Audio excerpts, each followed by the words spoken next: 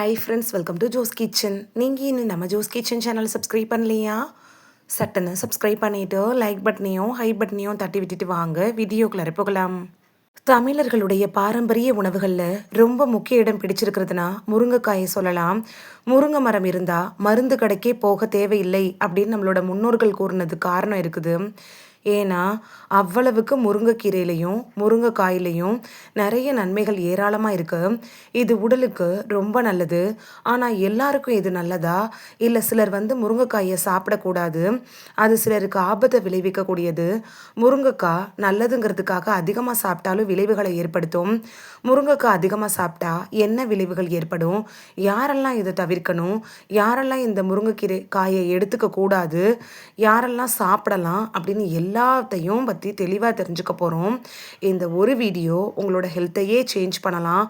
So வீடியோவை skip பண்ணாமல் பாருங்கள் ஃப்ரெண்ட்ஸ். வாங்க வீடியோக்குள்ளார போகலாம். உங்களுக்கு முருங்கைக்காய் பிடிக்கும் அப்படின்னா ரெட் ஹார்ட் கமெண்ட் பண்ணுங்கள். முருங்கை மரம் அப்படிங்கிறது இந்தியாவில் பல பகுதிகளில் வளரக்கூடிய ஒரு அற்புதமான மூலிகை மரம் தாங்க. இதோட காய், இலை, பூ, விதை, பட்டை அப்படின்னு எல்லாத்துலேயுமே மருத்துவ குணங்கள் இருக்குது.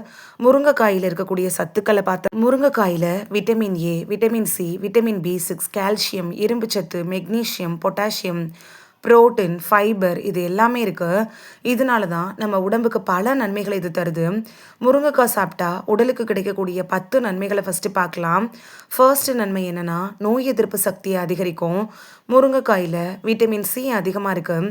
இதனால் சளி, இருமல், காய்ச்சல் இது மாதிரியான தொற்று நோய்கள் வராமல் பாதுகாக்கிறதுக்கு பயன்படுது. உடம்போட இயற்கை அமைப்பை வலுவாக்குறதுக்கும் நோய் எதிர்ப்பு மண்டலத்தை வலுவாக்குறதுக்கும் கூட முருங்கைக்காய் பயன்படுது.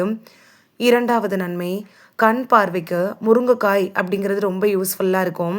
இதில் விட்டமின் ஏ அதிகமாக இருக்கிறதுனால உலர்ந்த கண்கள், இரவு பார்வை, அதாவது மாலை கண் நோய் இது எல்லாத்தையும் சரி பண்ணுறதுக்கு முருங்கைக்காய் பயன்படுது.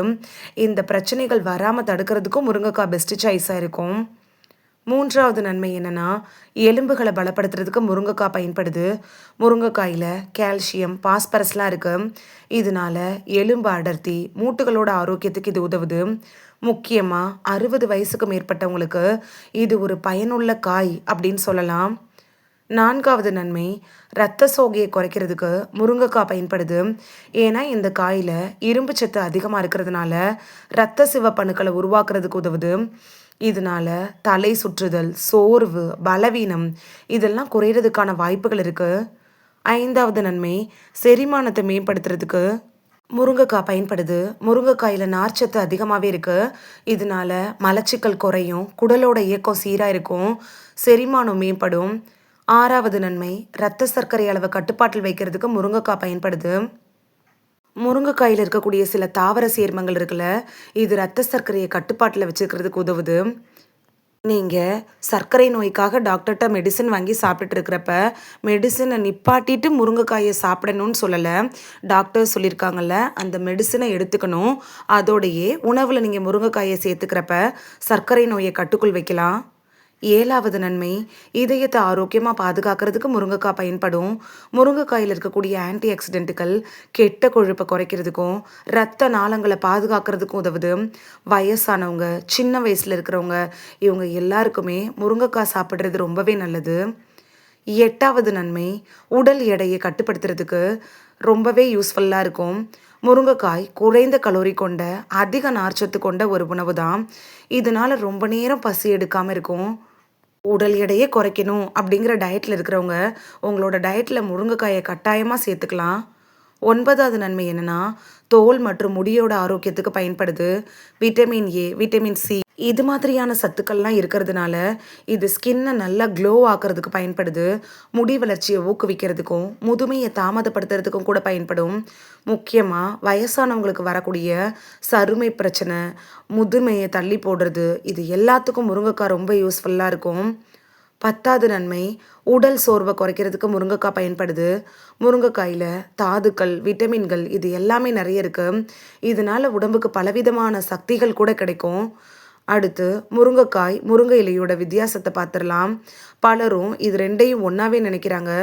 முருங்கை இலையில் வந்து புரோட்டீன்ஸ் அதாவது புரதச்சத்து அதிகமாகவே இருக்குது, இரும்பு சத்து அதிகமாக இருக்குது, கால்சியம் இருக்குது. அதனால டாக்டர்ஸ் கூட முருங்கை இலையை சாப்பிட சொல்லி பரிந்துரைக்கிறாங்க. முருங்கைக்காயில் நார்ச்சத்தும் விட்டமின் சி மட்டும்தான் இருக்குது. இந்த 2 தான் இதில் அதிகமாக இருக்குது. முருங்கை இலைகளில் calcium, vitamin C, vitamin A எல்லாமே இருக்குது. முருங்கை இலைகள் தான் அதிக அளவு சத்துக்கள் கொண்டது. 2யுமே உணவில் சேர்த்து சாப்பிட்றது ரொம்பவும் சிறப்பு தான். இவ்வளவு நேரம் நம்ம முருங்கைக்காயோட நன்மைகளை தான் பார்த்துட்டு இருந்தோம். ஏன்னா இது நிறைய மருத்துவ குணங்கள் நிறைந்தது, நிறைய ஊட்டச்சத்துக்கள் கொண்டது. ஆனால் எல்லா உணவை போலையும் இதையும் அளவாக தான் பயன்படுத்தணும். நம்ம மக்கள் என்ன பண்ணுவாங்கன்னா, சீசன் டைமில் முருங்கை மரம் வீட்டில் இருக்கும், இல்லைனா சீசனில் ரொம்ப கம்மியாக முருங்கைக்காய் கிடைக்கும். டெய்லியுமே முருங்கைக்காயை சாம்பார், கூட்டு, பொரியல், புளிக்குழம்பு அப்படின்னு மாற்றி மாற்றி அதிகமாக பயன்படுத்தி சாப்பிடுவாங்க. எந்த ஒரு உணவாக இருந்தாலும் அளவாக எடுத்துக்கிட்டால் தான் அது மருந்து. அளவுக்கு மீறினால் அமுதமும் நஞ்சு அப்படிங்கிற பழமொழி முருங்கைக்காய்க்கும் பொருந்துங்க. இது எல்லாருக்குமே தெரியும். இப்போ முருங்கைக்காய் யாருக்கெல்லாம் ஆபத்து, யார் எடுக்கக்கூடாது அப்படிங்கிறதையும் பார்த்துடலாம். ஃபர்ஸ்ட்டு முருங்கைக்காயை அதிகமாக நீங்கள் எடுத்துக்கிட்டிங்கன்னா வரக்கூடிய பக்க விளைவுகள் என்னென்னா, வயிற்றுப்போக்கு ஏற்படும். அதிகமாக சாப்பிட்றப்ப வயிற்று வலி கூட வர்றதுக்கான வாய்ப்புகள் இருக்குது. வயிறு உப்புசம் கூட சிலருக்கு ஏற்படும். இந்த மாதிரிலாம் ஏற்படலாம். 2வது பக்க விளைவு என்னென்னா, குறைந்த ரத்த அழுத்தம் இருக்கிறவங்க தயவு செஞ்சு முருங்கைக்காயை தொடாதீங்க. ஏன்னா ஏற்கனவே அவங்களுக்கு ரத்த அழுத்தம் குறைவாக இருக்குது. லோ பிபி இருக்கிறவங்க அதிகமாக முருங்கைக்காயை சாப்பிட்டா இன்னும் ரத்த அழுத்தம் குறையிறதுக்கான வாய்ப்புகள் இருக்குது. ஏன்னா ரத்த அழுத்தத்தை மெயின்டைன் பண்ணக்கூடிய ஒரு காய் இது. அதனால லோ பிபி இருக்கிறவங்க ரொம்ப கவனித்து தான் முருங்கைக்காயை பயன்படுத்தணும். சர்க்கரை நோயாளிகள் குறைவாக தான் முருங்கைக்காயை எடுத்துக்கணும்.